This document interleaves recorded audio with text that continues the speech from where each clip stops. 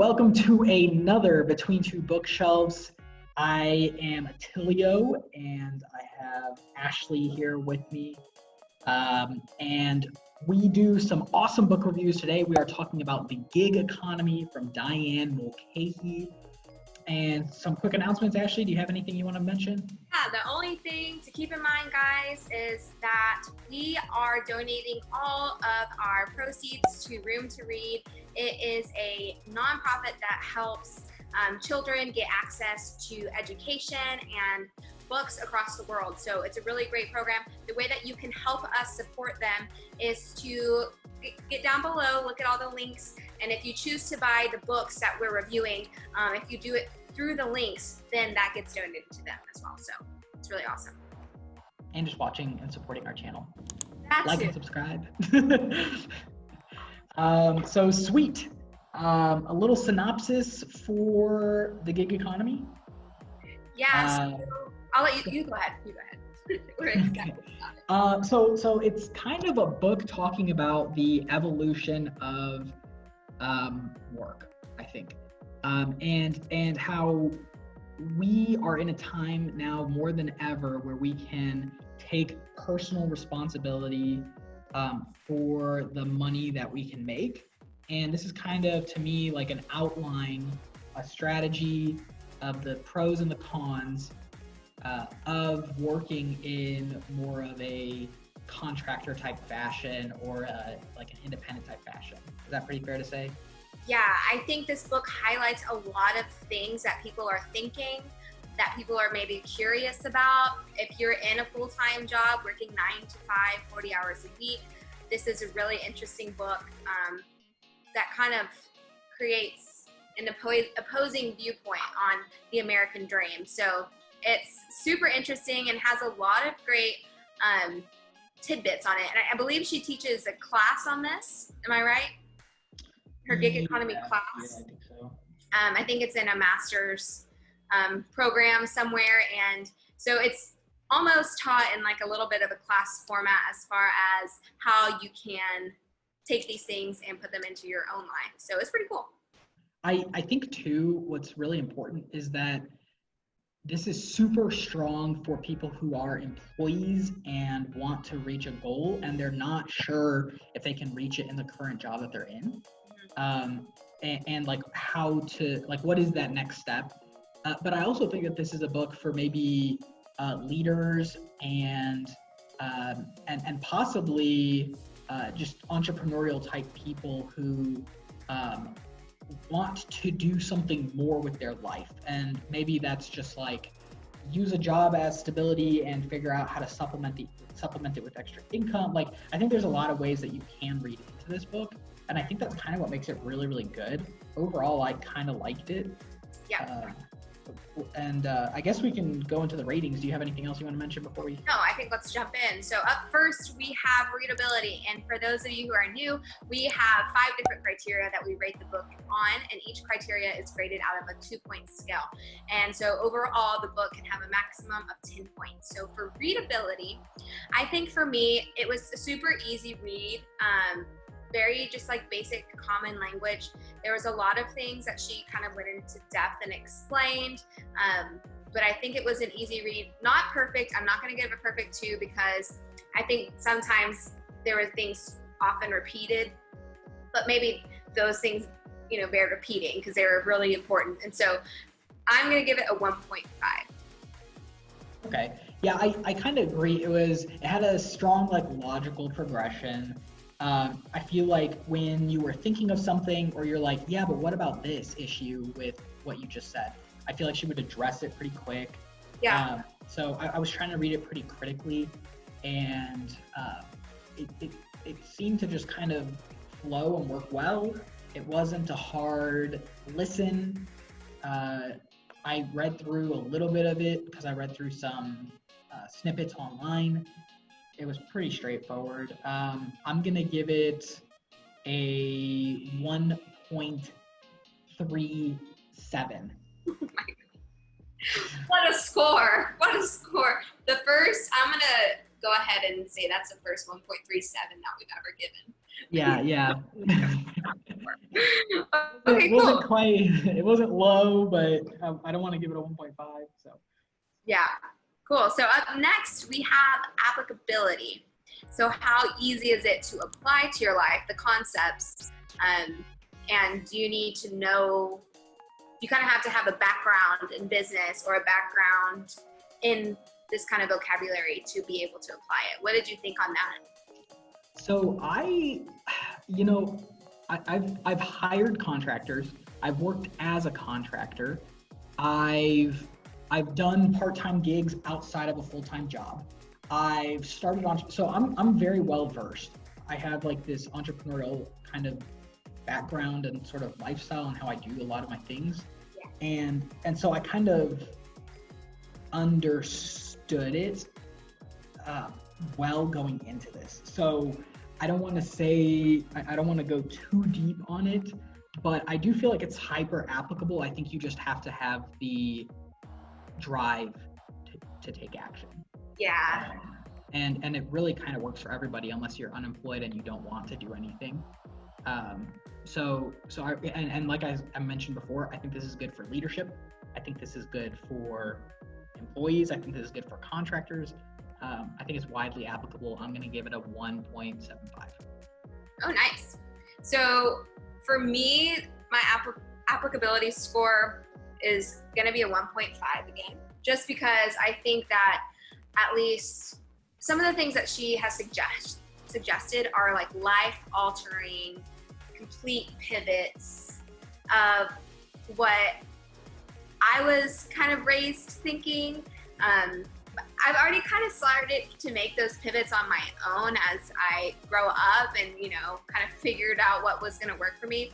But I think it might be really hard for some people to say, okay, like for example, my husband does not like renting.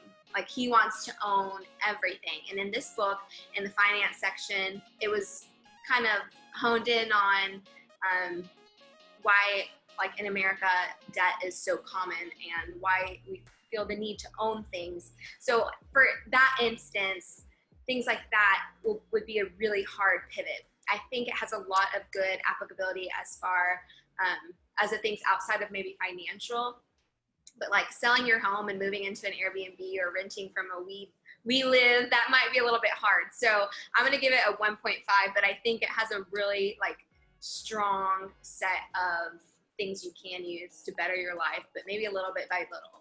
So yeah, I think kind of piggybacking off of that, as I kind of am immersed more into some of the influencers in the space, I kind of see like schools of thought, right? Where it's like if you're following like Dave Ramsey, he's saying like own a bunch of stuff or like invest to own kind of things. And then Grant Cardone is like, I don't own the house that I live in. He's like, I don't own it unless it's an asset. Screw credit. I don't ever need to buy anything.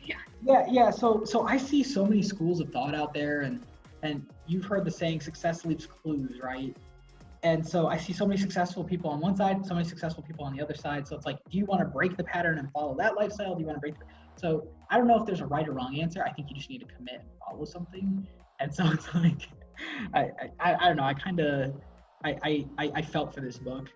So I don't know, but I do see how it is kind of like altering, you know? Yeah, but I think there's a lot of good stuff though. My 1.5 score, that's still a high score. That's like top bit of it. But so our next category is going to be relevance. So how relevant is it to, I guess, the category it would fall under? What do you think? I think maybe I'm gonna rate this relevancy score as like how relevant is it to a working person today? I think that it's very relevant to a person who doesn't want to just get by on what they're doing. I think it's very relevant to the person who wants to level up their skills or wants to follow their passion, but knows that it's not practical in a business sense. And so like, there's a lot of ways that you can follow your passion. There's a lot of ways that you can still daydream about your after work life by running a airplane, a foam airplane wing repair shop or something. You know, like there's a million things that you can kind of do. And I think in today's kind of weather, it feels like it's super, super applicable, super relevant, super relevant. And especially with a lot of the technological advancements that allows you to connect quicker than ever with somebody else that needs work for a certain thing, including sites, and she'll mention it inside of the book, but sites like Upwork or sites like Fiverr or sites like, I mean, there's a million sites where you can list yourself as someone who's hiring or someone who's who wants to do work. And so I think in today's climate, it's like, it's up to you to want to do it, but it's super, super easy and super, super relevant to do it. I'm going to give it a, ooh, this is a tough one. You put 2? Yeah. Ooh, yeah, I think I'm going to give it a 1.75. I'll give it another 1.75. So I think it's a must, really.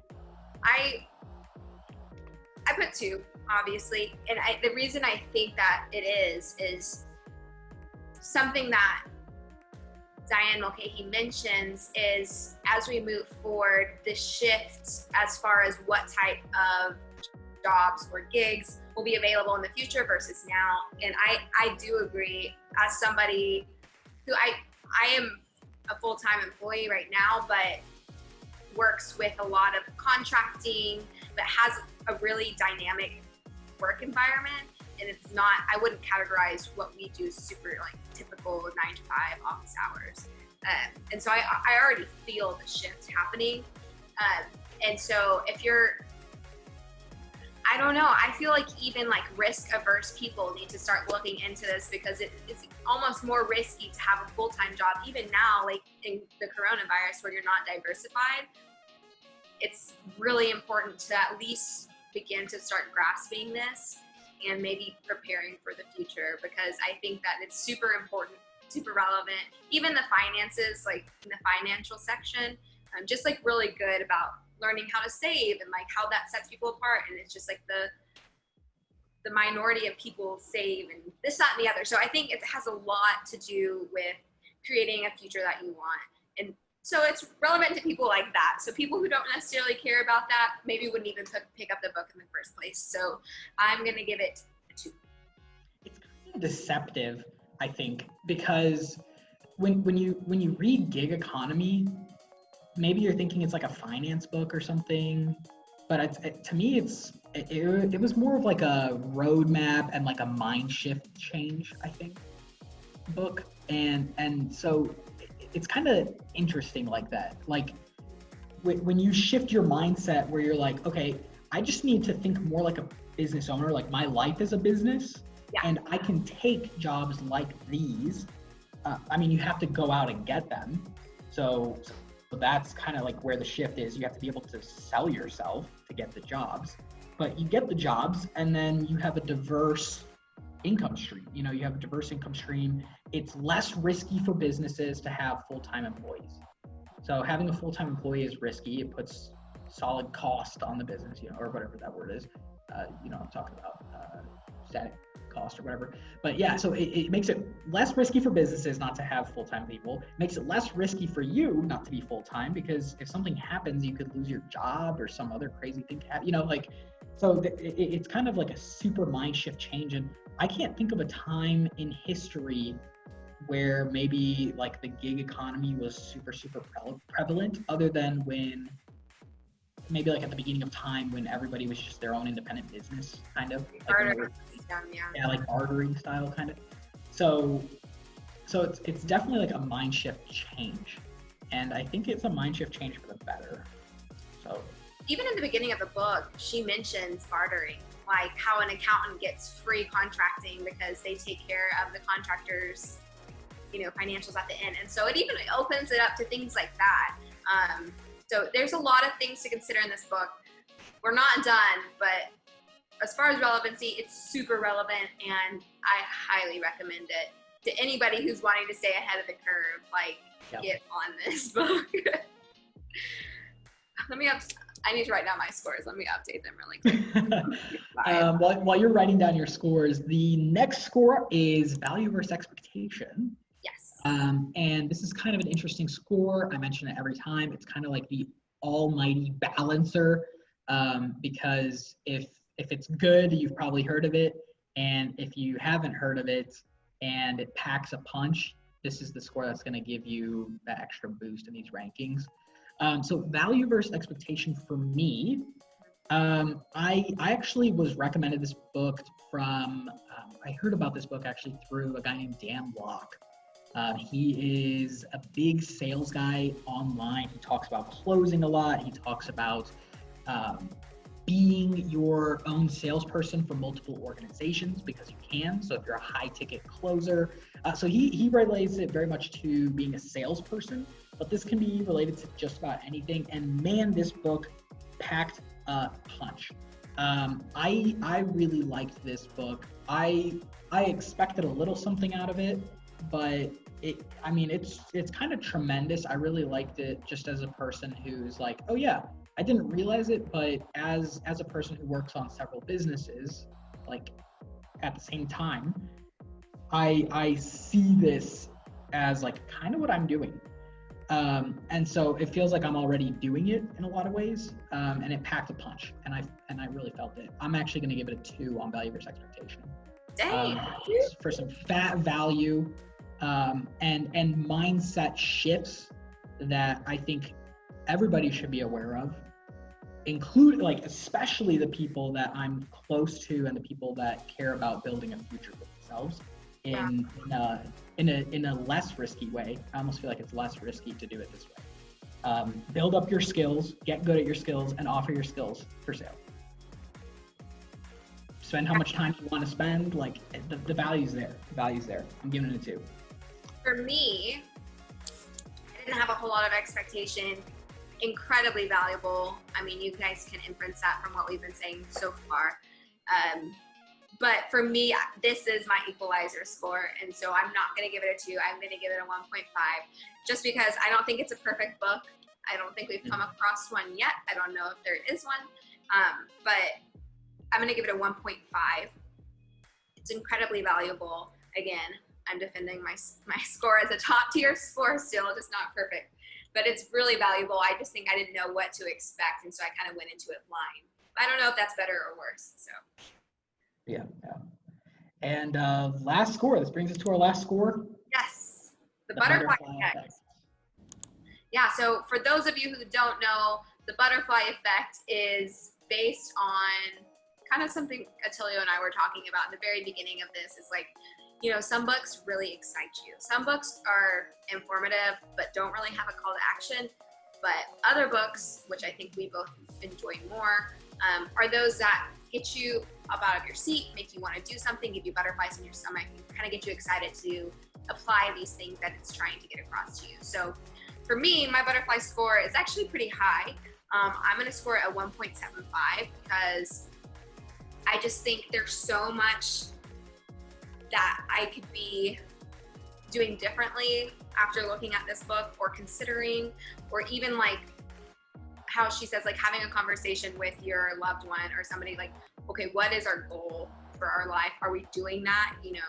Are we working towards that goal? And so just kind of like fast tracking, because I feel like sometimes, especially like fresh out of college people, or people who have like went to college because they felt like they had to, are like not on the right path. They don't really reevaluate until it's like they've been paying on their student debt, and they've been working on this job they don't even really like, and they're really tied down with a mortgage and all of this stuff. And so it's really important to like reevaluate. And I think I'm on the right track. I think there's some little tweaks I could be making as far as like my life goes. But for the most part, I think I'm doing good in that aspect, but still really exciting to get the chance to reevaluate and kind of make things better, improve upon, I feel you. What was your score? 1.75. 1.75. Okay, cool. Yeah, for my butterfly effect, it kind of lacked. To me, this was to me, this was like a mindset, informative book that laid out the groundwork, laid out the plan, and I think it gave options. And you know, I don't know where this kind of sits with me. It didn't feel like it was a huge call to action for me, but it might just be that I already kind of feel like I'm trying to do some of that stuff already.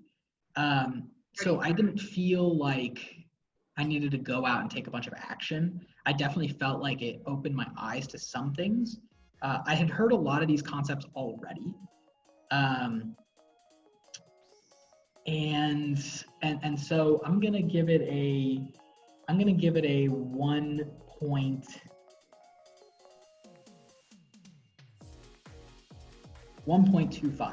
1.25. I really liked it. I got a lot from it, clearly from my value versus expectation. But to me, it felt like a guide to maybe someone who's new in diversifying their incomes, maybe someone who's an employee and doesn't know how they might be able to accomplish their goals in their job. Maybe like there's a lot of different cases that you can apply some of this stuff to, but I think you need to want to do it. Yeah. I think you need to, maybe if she sold it better earlier in the book, where she was like, this is the end all be all, like this is how the economy is going, like maybe if she had sold it better earlier in the book, I would have had more of a drive to want to like read through it and apply it. But maybe I just didn't get that as much. So yeah, and I think too, like for me, why I put it as such a high score for the butterfly effect is like that is something that I think about a lot as far as like diversifying my income, you know, freeing up my time, making sure that I'm working towards my goal and the life I want to live and traveling and this and that. And so I think for me, partially the score was based on the reassurance, okay, I'm doing the right thing. This is what things are going to be like in the future and I'm on the right track. And so that was like kind of lighting the fire for me. But so overall, my score for The Gig Economy by Diane Mulcahy is 8.25, if I did my math right. Yeah, mine's 8.12. Man, I thought we were going to be different because of we had some different scores. Yeah, I think we saw value in different spots of it maybe. But good book. Yeah. Where did you said Dan Locke? Yeah, Dan Locke is who recommended it. Our last recommended book was a little kind of flop-ish. Yeah. But I mean, solid book. This is probably one of our higher scores. Yeah, so guys, be on the lookout. We do have, so for the first half of 2020, we read a lot of books, but we kind of condensed it all into one video for you guys, the top 3 books that we read in the first half of the year. And so for the second half of the year, kind of tag along with us and see what you think might be in those top 3 positions. This could be a contender based on its score. Yeah, and surprise, we actually, when we did the first, the cumulative one, we actually didn't make them must reads based on the scores. It was like they were must reads because they were good like books. They were really solid books, which is kind of interesting. So I kind of like those cumulative videos that we do, because it's not like, oh, it's just the top 3 that we rated. It's like, no, these are the top 3 that we like legit think are game changers or like power players, and it's independent to the score, which is kind of cool. Yeah, that's a good point. Thanks for bringing that up. But I still think this one is a contender. Even though it has a high score, I think there's a lot of value, and I think that I need my family and friends to read it so that we can all be successful together. Yeah. Closing remarks. What's our next book? We have The 4-Hour Workweek, right? Yes, Tim Ferriss. Okay, this is a beast of a book. I think everybody and their mom has heard of it. Mm-hmm. So we're going to have to see if it's good or not here on Between Two Bookshelves. I'm so surprised that neither of us have read it yet. A little disappointed, but Yeah. it's time, it's here, and it better measure up. So our value versus expectation might be a little harsh on this next book. Okay, yeah. I actually own it already. Yeah. I own a hard copy already, so it's just been sitting there collecting dust. But So if you guys had the 4-hour work week and been thinking of reading it, get on it. Now's your time. Read it with us, and we'll be back in a few weeks to review it. Yep. Thanks again for another Between Two Bookshelves. All right. I'll see y'all in 2 weeks. Bye.